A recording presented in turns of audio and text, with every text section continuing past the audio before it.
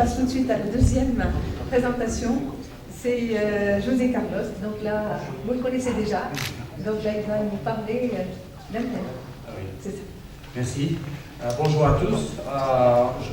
Aujourd'hui, je veux parler d'une autre chose différente mais complémentaire que j'ai parlé hier, le registre inter.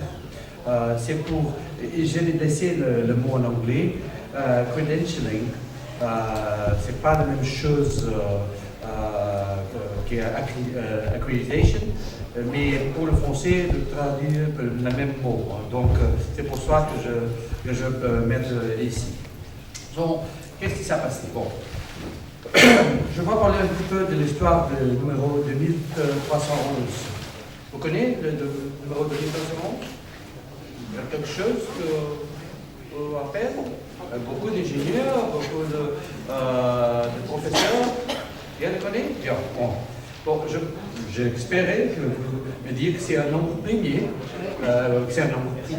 donc vous pouvez utiliser si vous connaissez le numérique, c'est un nombre angélique aussi pour ça. Bon, c'est pas rien de ça que je veux parler, donc c'est pas de problème, mais pour le moment, tu savais un petit peu de 2311. Donc, je veux demander une question. Vous savez qu'est-ce que c'est une profession? Vous savez? Dis-moi, s'il vous plaît. La question, s'il vous plaît. La question, c'est quoi? Qu'est-ce que c'est une profession? Qu'est-ce qu'une profession? Vous êtes professionnel, n'est-ce pas? Donc vous savez qu'est-ce que c'est une profession, n'est-ce pas? Bon, on a beaucoup de temps pour ça, on n'a pas beaucoup de temps, donc je veux le dire. C'est un groupe disciplinaire de personnes qui possèdent des connaissances et des compétences spéciales, identifiées, dans un ensemble largement reconnu d'apprentissage. Bon, ça veut dire qu'il a besoin d'un groupe, c'est pas pour saisir. Bon, je pense que probablement Jésus-Christ était seulement avec sa profession, donc c'est pas la profession, c'est le Dieu, mais qu'il drive la recherche, l'éducation, la formation au niveau élevé et qui permettent d'exercer des compétences dans l'intérêt des autres. Donc c'est en définition de profession. Bon, l'intéressant ici, c'est parler de qu'est-ce que c'est la profession d'éducateur en ingénierie. Comme profession elle-même, on a gagné 1 million d'euros pour de l'Union européenne pour le définir, pour faire la définition, et 4 ans aussi, et on reste avec ces résultats. C'est la profession de 2011 dans l'International Standard Classification Occupation par l'International Labour Organization. Ça veut dire qu'on a une profession. Tout ce que fait de l'éducation en ingénierie, on a maintenant une profession reconnue qu'on le peut faire. Et Inter, c'est le seul organisme dans le monde qui fait cette réglementation. Bon, et le projet, c'est seulement pour faire une liste, ça a été très simple, c'est pour aussi que cette certification incite les éducateurs à s'améliorer. Comme chaque profession, il a les deux éléments. Donc, on a fait le réseau Inter, et le réseau Inter, il a, cette définition, cet organigramme. Je ne veux pas détenir tout ça beaucoup de temps ici, mais on a un comité académique où c'est composé par un représentant de chaque université et un membre associé pour chaque organisation non-université. Qu'est-ce qu'il fait? Il révise continuellement les compétences requises pour l'éducateur d'ingénierie parce que ça change avec le temps, et ça n'est pas toujours le même. Il propose d'aborder le programme de professionnel et il fait assez aux événements de réglementer le programme de perfectionnement professionnel. Il aussi propose des membres pour le comité de suivi. Le comité d'assurance de qualité, c'est un membre par agence internationale d'accréditation. L'agence doit être restée membre de NA2E. élabore et vérifie les standards pour le programme de formation professionnelle et il vérifie le droit de label inter. Aussi, il propose même pour le comité de suivi. Le comité d'experts international, c'est un membre par continent, éducateurs de plus de 30 ans, donc des seniors, qui sont dirigeants actuels au passé, et il propose des membres du comité de suivi, et c'est un par continent. Le représentant du continent africain, c'est pour faire professeur Ahmed Ben Beklavi. Ça veut dire que vous le connaissez très bien elle-même. Je ne savais pas qu'il nous représente. Je ne savais pas qu'il représente. On a un conseil d'administration avec un représentant par chaque comité qui assure le fonctionnement régulier de l'Inter, est dirigé par le président de l'INAE et il nombre le secrétaire général pour faire tout ça. Le secrétaire général du registre gère le fonctionnement régulier, donc c'est une procédure comme chaque registre, délivre la carte professionnelle et est coordonné par un secrétaire général qui fait tout ça. Maintenant, c'est secrétariat, il y a, je pense, 6 personnes, ça veut dire ils parlent 12 langues là-bas, donc il y a beaucoup de langues, chinois, russe, kazakh, français, anglais, portugais, tout ça. Le comité de suivi, c'est des membres individuels qui ont une expérience de formation en ingénierie, en pédagogie d'ingénierie et en assurance de qualité, qui agissent à titre d'experts indépendants. Ça veut dire que ce sont qui vont être utilisés pour valider pour le portefeuille. Ils examinent le portefeuille de l'éducateur et ils donnent les éléments qui permettent d'inscrire la profession d'éducateur en ingénierie. Bon, comment ça marche? L'éducateur en ingénierie est registré. Bon, volontairement, l'éducateur demande à évaluer comme une possibilité d'inscription enregistrée en tant qu'éducateur en ingénierie professionnelle. Donc, c'est une décision volontaire de l'individu qui veut le faire. Comment ça marche? Donc, l'éducateur envoie son portfolio professionnel, télécharge le portfolio en ligne, ça veut dire que c'est tout ce qu'il a besoin de faire. Qu'est-ce que c'est le modèle de portefeuille? Bon, diplôme d'enseignement supérieur, le doctorat s'il avait, le prof d'emploi, le prof d'emploi, la recherche avec le numéro correspondance par secteur bien défini, et dans le moment, compétences pédagogiques dans les 14 domaines que je veux vous présenter très rapidement. Le premier, c'est l'innovation en pédagogie de l'ingénierie. C'est basiquement la capacité de choisir des stratégies, tout ça, la gestion du temps, l'interaction efficace, l'amélioration de l'interactivité d'apprentissage, l'analyse des systèmes d'éducation, la psychologie, pédagogie et communication. Je passe très vite parce que vous pouvez tout ça lire avec tranquillité dans le site de la réseau.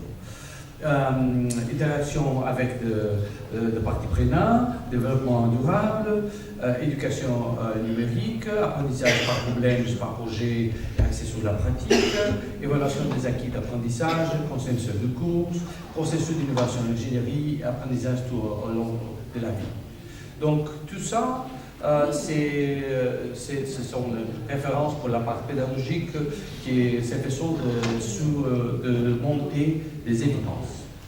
Exemple d'évidence, le certificat de formation, c'est ça, confirme de participation au événement, certificat autre type de documents, preuve de récompense, de bourse, de titre honorifique, tout ça, ce sont des exemples. Et comment ça marche?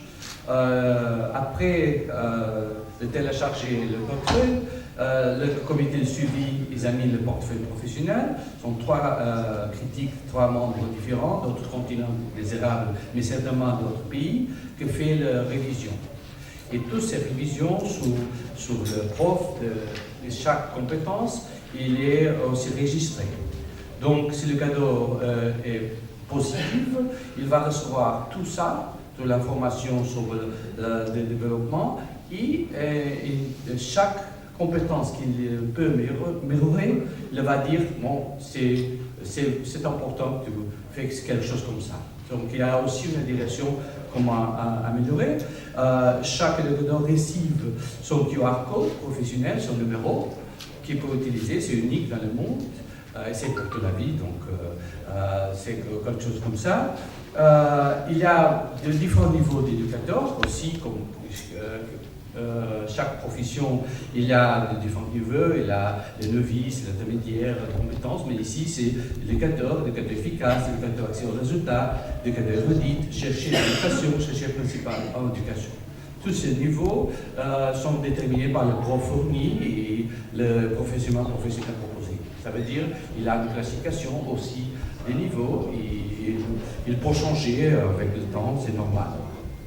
Donc, il y a une liste en même de registres, une liste, une base de données que c'est unique dans le monde.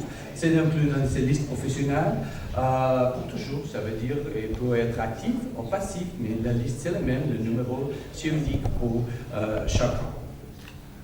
On a commencé ça, on a marché dans le premier trimestre de cette année. On a plus de 4000 candidats dans la procédure, ça veut dire beaucoup de gens. On l'appelle en anglais early adopters, ce qu'on fait approche. Et si vous voulez, c'est pour partout le monde. Malheureusement, Afrique, pas beaucoup, mais c'est normal, malheureusement, qu'elle passe comme ça, mais on veut le changer par elle-même. On a déjà de 14 remplis de registres de 34 pays. Malheureusement, on ne voit pas Tunisie ici, pour le moment. Donc, on espère que ça va changer, bien sûr.